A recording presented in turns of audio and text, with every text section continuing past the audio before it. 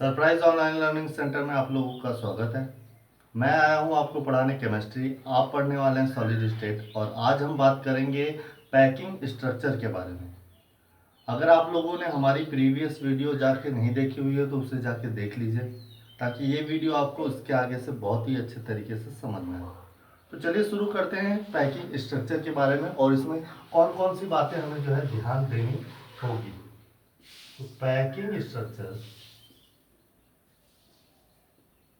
यानी कि संकुलन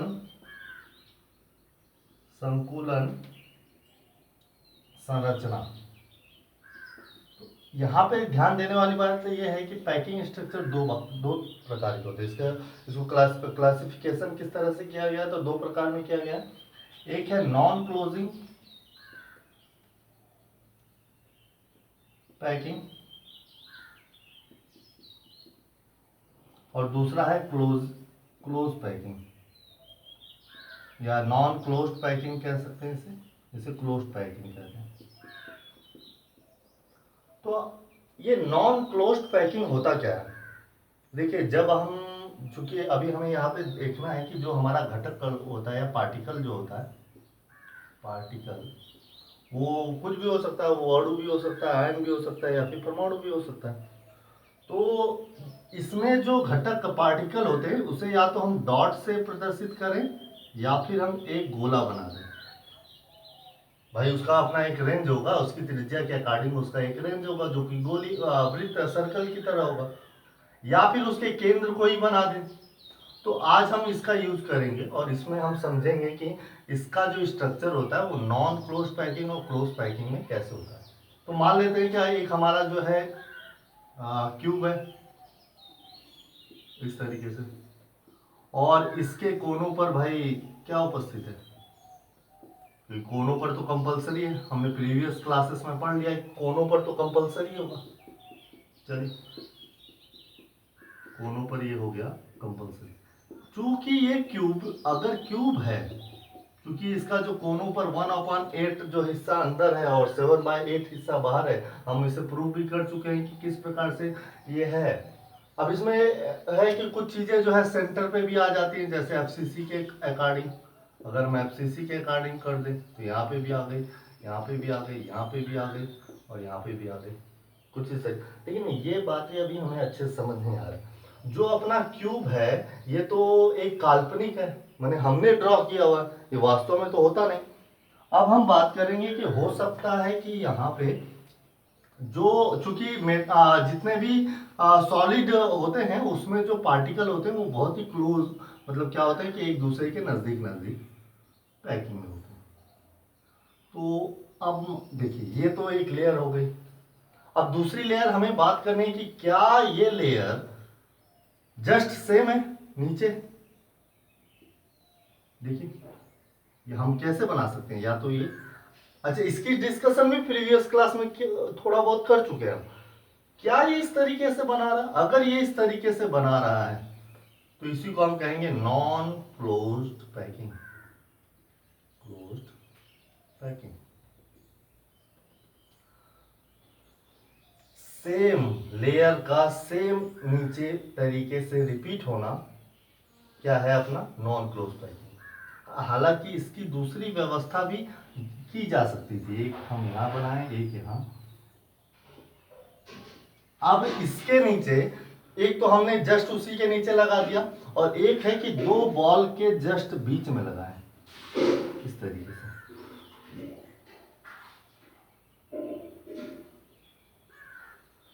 अगर हम इस तरीके से लगा रहे हैं तो जो अपना स्ट्रक्चर बन रहा है इसमें हम ध्यान देंगे कि ये अब काफी नजदीक आ चुके हैं। इसी को हम कहेंगे क्लोज्ड पैकिंग या निविड संकुलन, हिंदी में इसे कहते हैं क्लोज्ड पैकिंग। देखिए, आपने दो तरीके का बहुत अच्छे से समझ गया है। एक नॉन क्लोज पैकिंग क्या है कि सेम बॉल का जस्ट नीचे रिपीट करना, और क्लोज पैकिंग क्या है नीचे रिपीट करना। अब हम अगर यहाँ पे अपने प्रीवियस क्लास में चले जाएं और हमने वहाँ प्रिमिटिव क्यूबिक का हमने पढ़ा हुआ था। प्रिमिटिव क्यूबिक हमने पढ़ा हुआ था, तो वहाँ पे हमने देखा था कि जो अपना यूनिट सेल है यानी जो लैटिस है, तो इसकी पैकिंग एफिशिएंसी कितनी होती है।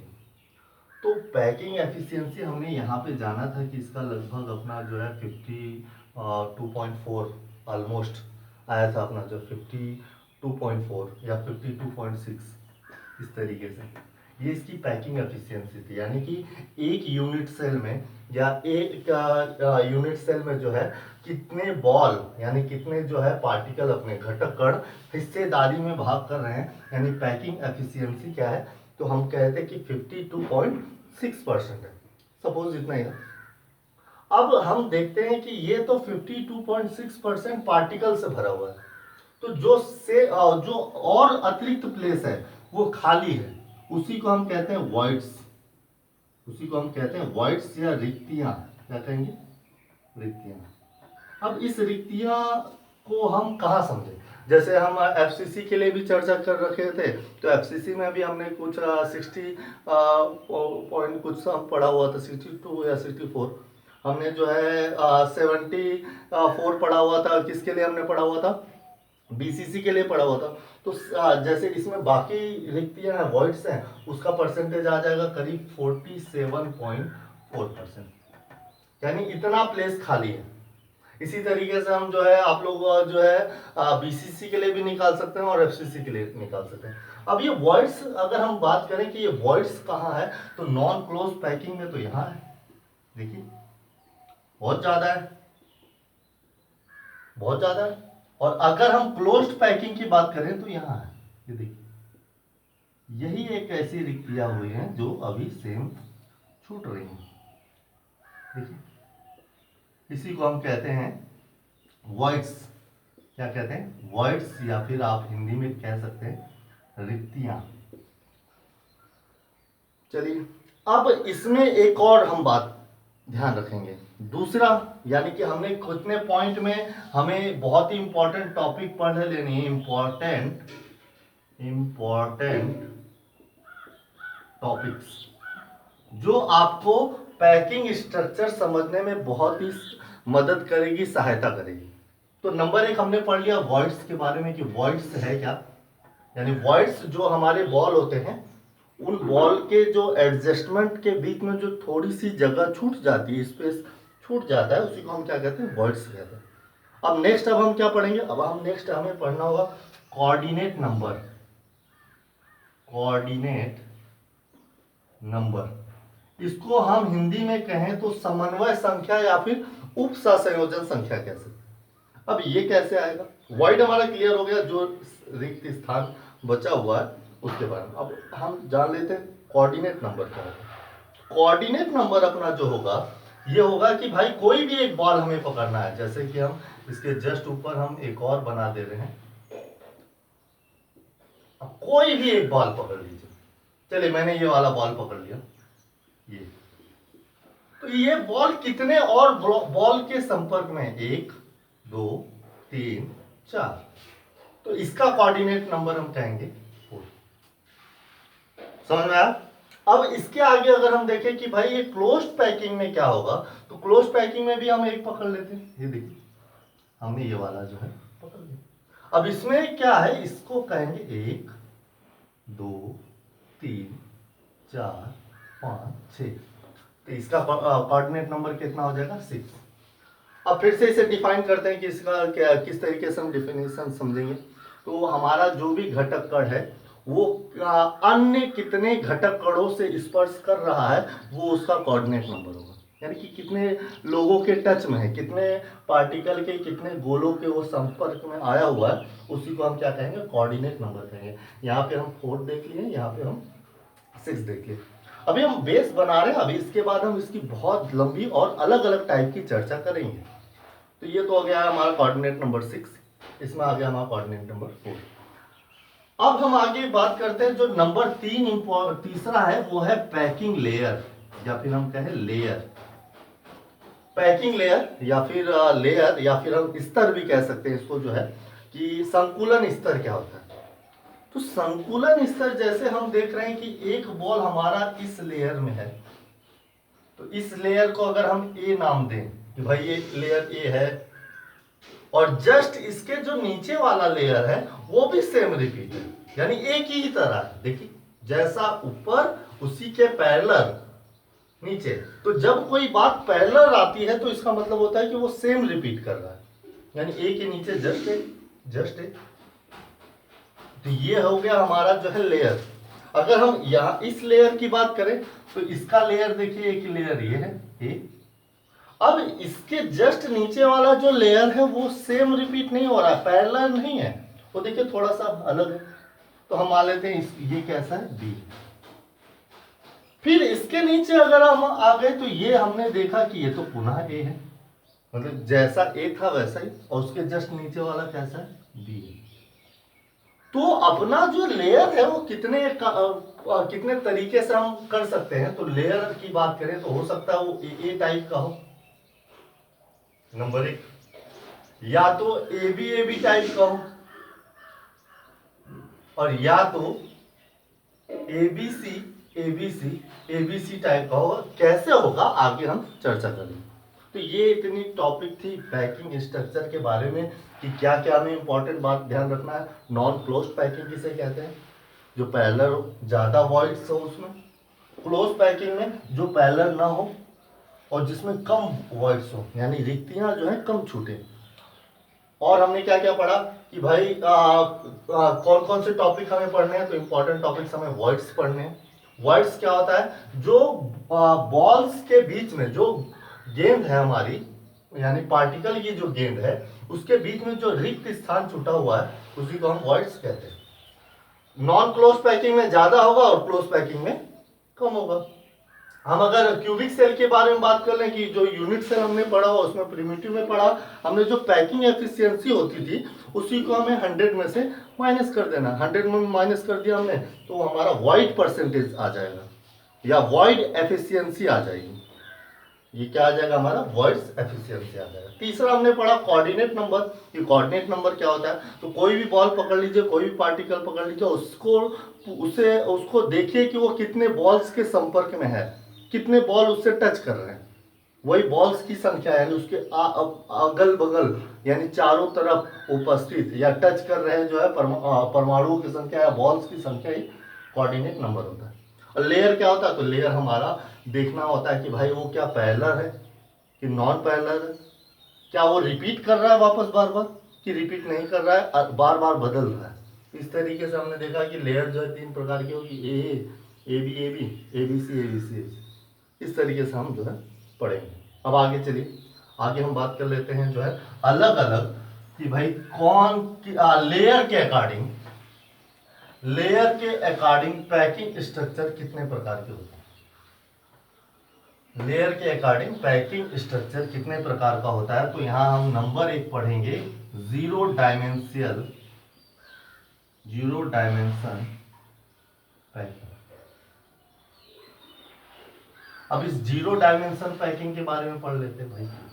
जीरो डायमेंशन पैकिंग क्या होता है, तो अब थोड़ा सा हम क्लास 11th में जाएंगे, वहां पे हमने मूल कॉन्सेप्ट में पढ़ा हुआ था कि जब किसी परमाणु, जो भी अपना परमाणु अणु कुछ भी, उसके एटॉमिक वेट यानी परमाणु भार, या फिर हम कहें जो है उसके जो है मॉलिक्यूल वेट, मतलब जो है अणु भार के जितना, अगर हम ग्राम ले लें यानी उसके जो है, हम यहाँ परमाणु की बात हो रही है तो हम एटॉमिक वेट लेते हैं।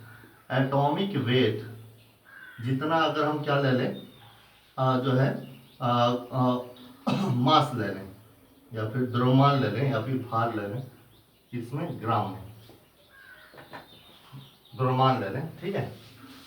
तो एटॉमिक जो हमारा हो जाएगा, जैसे अगर हम बात करें कि हीलियम के लिए या फिर हम आयरन के लिए स्पेशली बात करें, आयरन का एटॉमिक वेट 56 होता है, हमें चाहिए 56 ग्राम। जब हम किसी के 56 ग्राम ले लेंगे तो उसमें हमें पाएंगे कि वो 1 मोल हो जाएगा। बहुत ज़्यादा डिस्कशन नहीं करेंगे। 1 मोल में 6.023 मल्टीप्लाई 10⁻23 एटम्स हो जाएंगे। तो ये जो अलग अलग यानी 56 ग्राम में 6.023 जितने अलग अलग परमाणु है, उनको अगर एक एक करके अलग कर लिया जाए और हम कहते हैं कि भाई ये है केवल और केवल Fe का सिंगल परमाणु, सिंगल एटम, और इसमें नाभिक है, इसमें इलेक्ट्रॉन है, इसमें प्रोटॉन है। तो अगर हम बात करेंगे ये जो ये केवल एक परमाणु, अब इसके अगल बगल में कोई नहीं है, यानी वो कैसा है, जीरो डायमेंशन।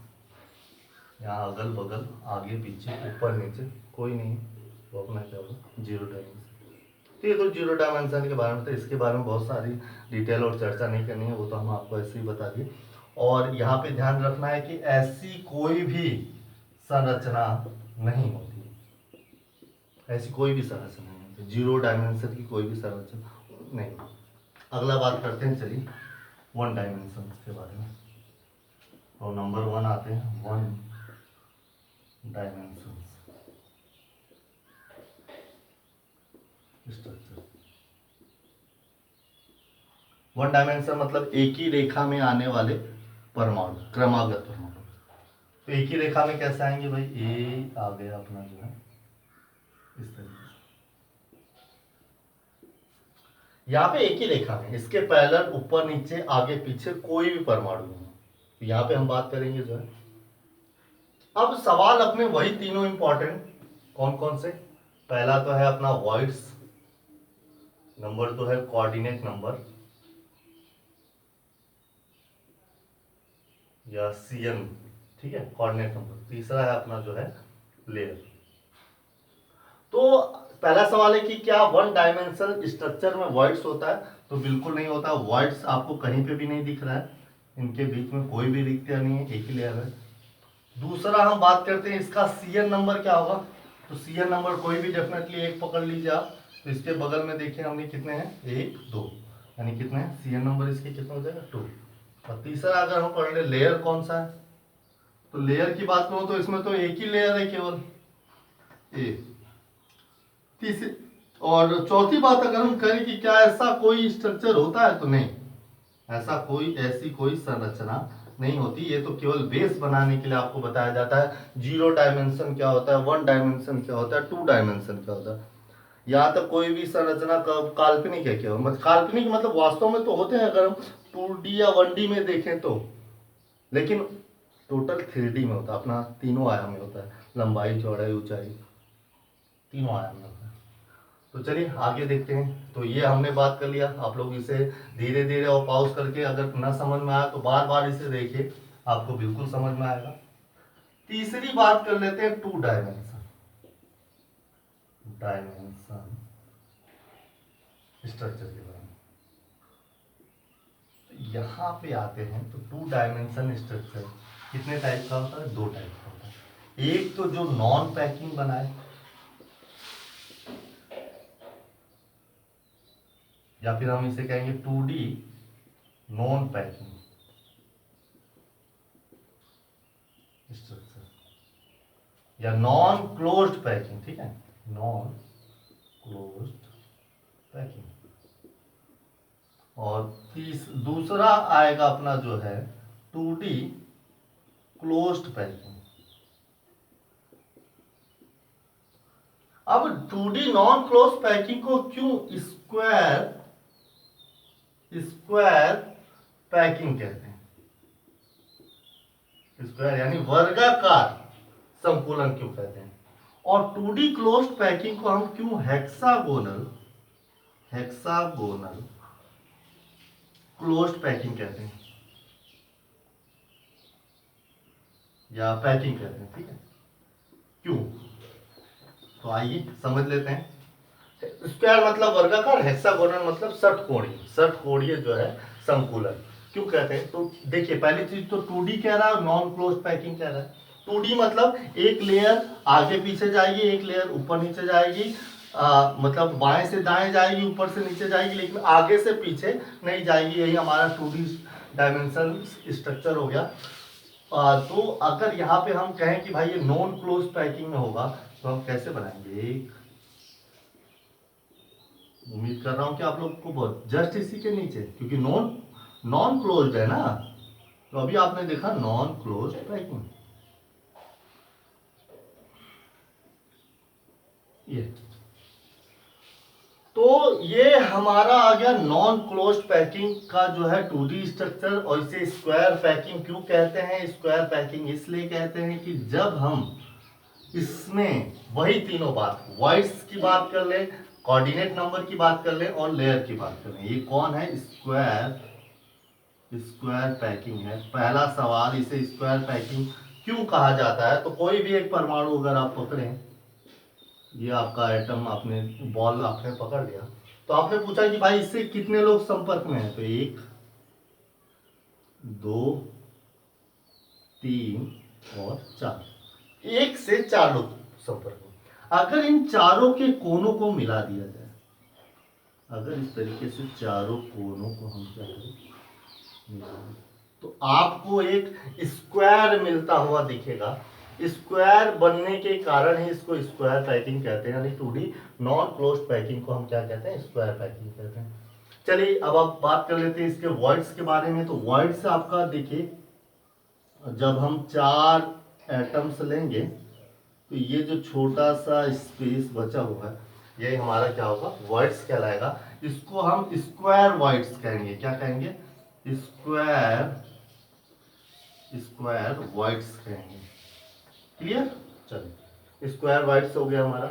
दूसरा बात कर लेते हैं कोऑर्डिनेट नंबर क्या होगा इसका। तो कोऑर्डिनेट नंबर आपको यहाँ पे मिलेगा डेफिनेटली 4, क्योंकि आपने अभी देखा कि एक बॉल जो है 4 बॉल के संपर्क में किस तरीके से आ रहा है। देखिए, तो इसका कोऑर्डिनेट नंबर कितना आ गया? 4। और इसके लेयर की अगर हम बात कर लें तो इसका लेयर कैसा होगा?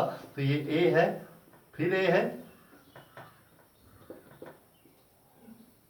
और फिर A है, यानी इसको हम कहेंगे ए लेयर, पैकिंग लेयर। इसका कैसा लेयर आ जाएगा? ए पैकिंग लेयर। चलिए, वेरी गुड। तो स्क्वायर पैकिंग के बारे में आपने जो है पूरा पढ़ लिया, यानी 2D नॉन क्लोज्ड पैकिंग के बारे में आपने पूरा अच्छे से समझ लिया। अब हम आ जाते हैं 2D क्लोज्ड पैकिंग के बारे में। तो देखिए, 2D कह रहा है यानी कि हम बाएं से दाएं जाएंगे, ऊपर से नीचे आएंगे, लेकिन आगे से पीछे नहीं जाएंगे। क्लोज्ड पैकिंग कह रहा है यानी कि हमें क्लोज्ड संरचना बनानी है, यानी 2 बॉल के बीच में हमें बॉल रखना होगा। यहाँ पे हम टच कर देते हैं, 2 बॉल के बीच में हमें यहाँ से ऐसे बॉल रखना होगा। और अगला जो लेयर आएगा हमारा, वो जो है वापस इसी जगह पे आ जाएगा। अच्छे से बना दे रहा हूँ, ठीक है। एक यहाँ पे हमने ले लिया। चलिए, अब सवाल उठता है वही कि इसको, इस 2D क्लोज्ड पैकिंग को हेक्सागोनल पैकिंग क्यों कहते हैं। तो वही काम करना है आपको, एक परमाणु आपको पकड़ लेना है, एक एटम, एक बॉल आपको क्या करना है? पकड़ लेना है। अब देखना है इससे कितने टच में है।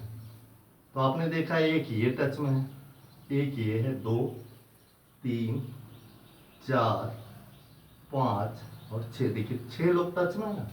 अगर इन 6 को एक दूसरे से मिला दिया जाए तो डेफिनेटली आप कहेंगे ये तो षटकोणीय बन गया। ठीक, षटकोणीय, षटभुज, 1 2 3 4 5 6 6।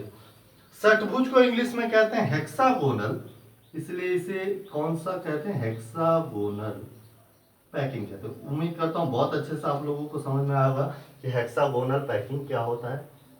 तो 2D क्लोज्ड पैकिंग को हम हेक्सागोनल पैकिंग क्यों कहते हैं। तो चलिए, ये बात आ गई। अब हम बात कर लेते हैं वॉइड्स की, कोऑर्डिनेट नंबर की और लेयर की।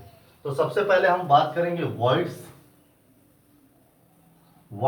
तो यहां पे देख रहे हैं कि हम अगर 2 बॉल को आपस में मिलाए हैं और जस्ट इसके नीचे, तो ये जो वॉइड्स अपना बना हुआ है, ये जो है आगे है बीच में। अगर हम इसकी बात करें तो ये कैसा बना रहा है?